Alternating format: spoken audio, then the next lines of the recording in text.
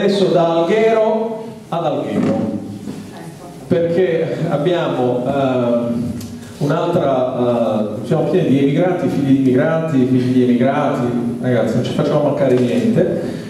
Natascia Lampis, candidata per la Camera, collegio proporzionale del Nord.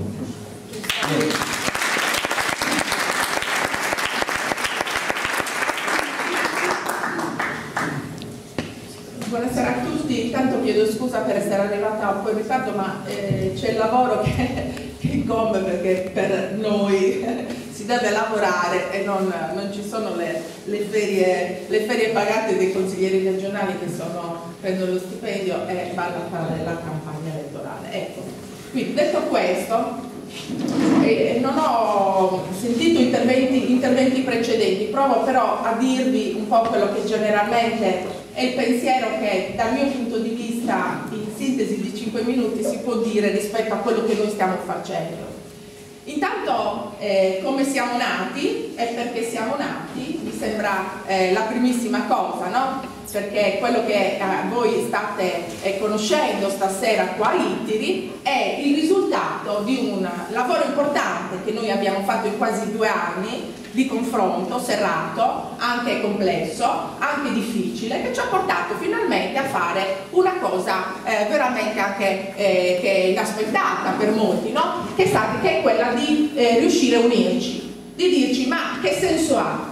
Che senso ha rispetto alla situazione che noi stiamo vivendo e agli interessi dei sardi, che senso ha che noi continuiamo a stare ognuno per conto proprio?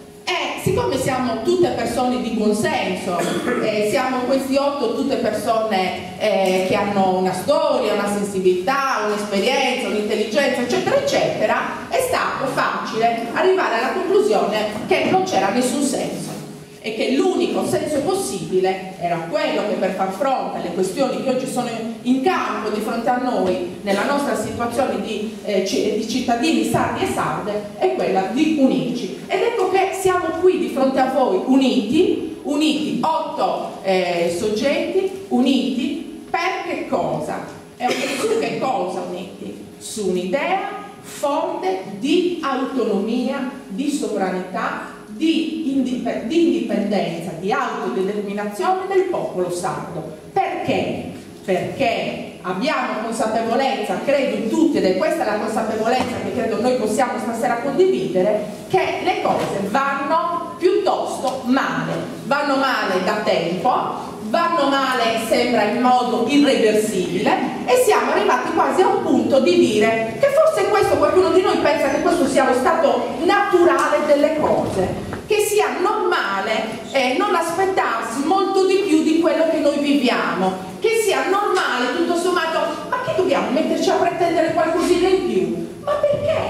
Ma sì, ma se ci danno qualche cosina, qualche segnale ogni tanto di attenzione, ma diciamo grazie, ma grazie che mi hai dato questo segnale di attenzione. No, non è più così, non è più così, ci siamo detti che non è più così, che è arrivato il momento di dire che non siamo disposti a vivere da rassegnati, che non siamo più disposti a vivere diciamo in una dimensione di subalternità, non siamo più disposti a dire grazie per cose per le quali non c'è niente da dire grazie.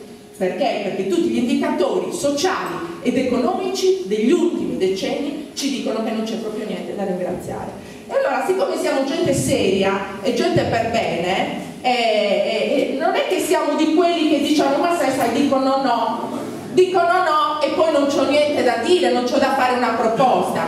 Noi siamo gente seria e per bene, abbiamo un progetto, una proposta alternativa a questo, perché io personalmente non ho mai creduto nel voto di protesta, io non ci credo nel voto di protesta, io credo nel voto che protesta e che cambia, credo nel voto di protesta che si assume la propria responsabilità. E allora noi 8 che siamo qua stasera a presentarci a voi, è questo che vogliamo dirvi, il senso di un'assunzione di responsabilità che ci auguriamo di potervi trasmettere per arrivare dopo a governare la nostra terra, a prendere le nostre decisioni.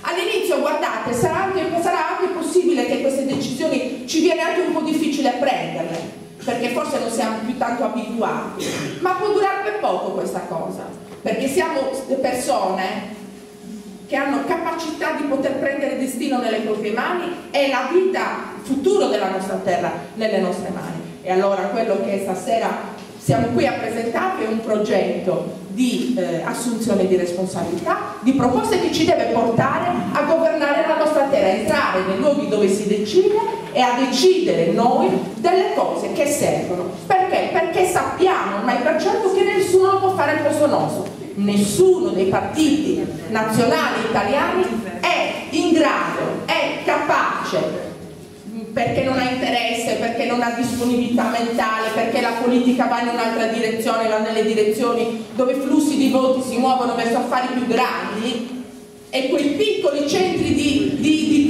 cose che noi rappresentiamo nel nostro territorio straordinario, ma fatto di quei pochi che siamo, non interessa a nessuno. Questo noi dobbiamo averlo come consapevolezza, perché se non partiamo da questa consapevolezza non riusciamo a capire il senso di questo progetto. Il senso di questo progetto è una fotografia realistica della situazione.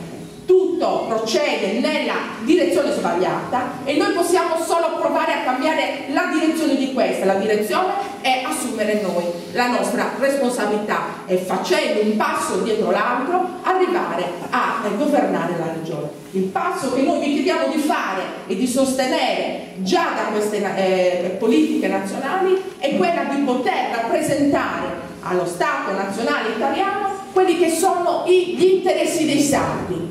Poter dire già da queste nazionali c'è un caso Sardegna, c'è una questione Sardegna e questa questione Sardegna noi non siamo più disposti a bisbigliarla, non la bisbiglieremo più, la diremo a voce alta e forte, pacata, ma forte e determinata, autodeterminata.